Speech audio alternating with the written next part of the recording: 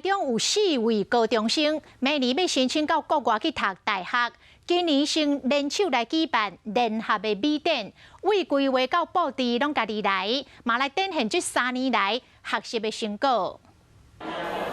华盛顿中学国际部4个高三学生联合举办美术展览，因为规划到布置拢是一手包办，并且以新闻事件作为创作的发想。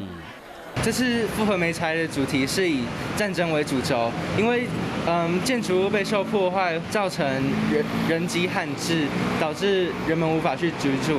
这4名高中生明年要申请到国外出名大学去读册，校方鼓励这学生囡仔迈向国际，透过一系列的课程，培养学生囡仔兴趣加自主学习的能力。无论孩子想要发展什么样的项目，我们就是给他们一个舞台。现场除了有水墨画、油画等等艺术的作品以外，毛学生展现伊本身的创意发明加工业设计。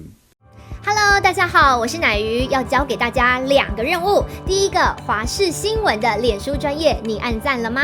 还有华视新闻的 YouTube 频道，赶紧订阅起来，还要记得按赞，开启小铃铛哦。